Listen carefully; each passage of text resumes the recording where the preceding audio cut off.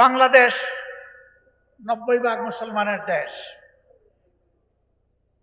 এদেশের 90% মুসলমান আল্লাহর উপর ঈমান রাখে, আল্লাহর কোরআনকে মানে, নবী করিম সাল্লাল্লাহু আলাইহি সাল্লামকে শেষ পয়গম্বর স্বীকার করে।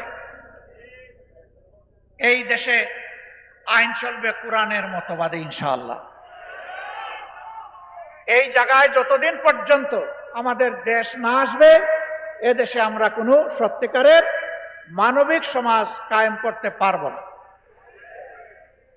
বলবেন তাহলে এই দেশে অন্য ধর্মের মানুষ যারা আছে তাদের কি হবে? কোরআন শুধু মানুষের সম্মানের গ্যারান্টি দেয় নাই, অধিকারের ওয়ারেন্টি দেয় নাই, কোরআন সমস্ত মখলুকাতের অধিকারের ওয়ারেন্টি দিয়েছে। মানুষ তো অবশ্যই,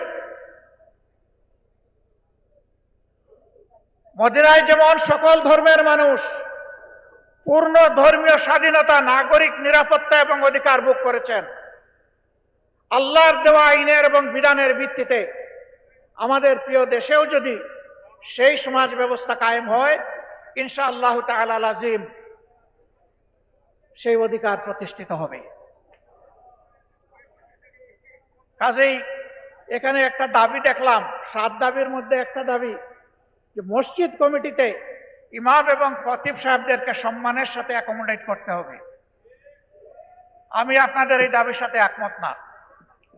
মসজিদ কমিটি হবে ইমাম এবং খতিব সাহেবের পরামর্শের ভিত্তিতে। এই কমিটির প্রাণ পুরুষ হবেন খতিব কিংবা ইমাম। তাকে বাদ দিয়ে নয়, তাকে সহযোগিতা করার জন্য এই কমিটি হবে।